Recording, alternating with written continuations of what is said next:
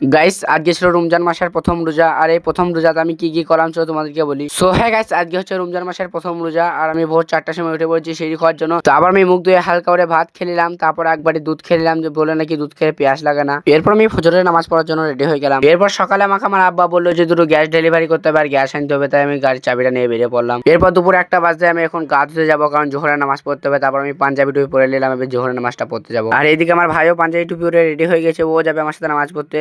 আর আমার ভাই আজকে একটা রোজা রেখেছিল, কিন্তু মানে দুপুরে 1টার সময় ভেঙে দিয়েছে, যেহেতু ছোট ছেলে তাই আর কি পারেনি। এরপর আসরে আজান দিয়ে দিল, তাই আর কি আমি নামাজ পড়তে যাচ্ছিলাম। তারপর আসরে নামাজটা পড়ে আমি মসজিদের ছাদে চলে এলাম, কারণ আমাদের মসজিদে হবে ইফতার। আর এবার পুরো রমজান মাসটাই আমাদের মসজিদে ইফতার হবে। তারপর আমাদের পুরো ইফতার সাজানো কমপ্লিট হয়ে গেছে। তারপর আমি বাড়ি চলে এলাম, আর বাড়ি এসে দাতুন করতে লাগলাম। আর আজকে কিন্তু আমি মসজিদে ইফতার করবো না, আজকে আমি বাড়িতে ইফতার করবো, যেহেতু প্রথম রোজা। তারপর ইফতার করতে বসে পড়লাম, আর একটা বড় টিয়েতে সবাই মিলে একসাথে ইফতার করবো। তারপর আমি ইফতার সামনে নিয়ে দোয়া করতে বসে পড়লাম। আর আমাদের বাড়িতে রোজা ছিল আব্বা মা আমি, তার কিছুক্ষণ পর আজান দিয়ে দিল আর আমরা ইফতার খেতে শুরু করলাম।